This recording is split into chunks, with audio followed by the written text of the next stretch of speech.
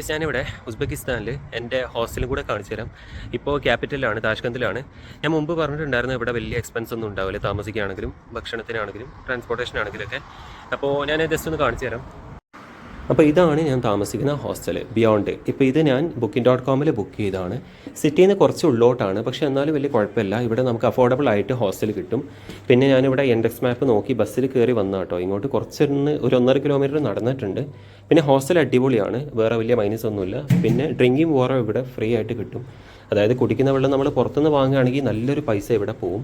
അപ്പോൾ അത് ഇവിടെ ഏറ്റവും വലിയൊരു പ്ലസ് പോയിൻ്റാണ്. പിന്നെ ഇതാണ് എന്താ പറയുക, ഡോമെട്രി.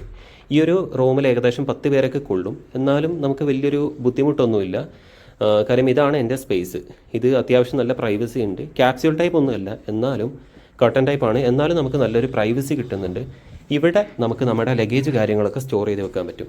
അതായത് നമുക്ക് ഇവിടെ ലോക്കർ കാര്യങ്ങളൊക്കെ ഉണ്ട്. എനിക്ക് ലോക്കർ കിട്ടിയില്ല, പക്ഷേ എന്നാലും എനിക്ക് വലിയ കുഴപ്പമില്ല. കാര്യം ഇവിടെ താമസിക്കുന്നവരൊക്കെ ഓക്കെയാണ്. പിന്നെ ഇത് കോമൺ ബാത്റൂമാണ്, ഇതും നീറ്റാണ്. 2 ദിവസം ഈ ഒരു ഹോസ്റ്റലിൽ താമസിക്കാൻ എനിക്ക് കോസ്റ്റ് വന്നത് 1.5 ലക്ഷം സോമാണ്. അതായത് നമ്മുടെ നാട്ടിൽ ഏകദേശം 1000 രൂപയാണ്. ഒരു ദിവസത്തേക്ക് 500 രൂപ ഇവിടെ പേയ്മെൻറ്റ് വന്നുള്ളൂ.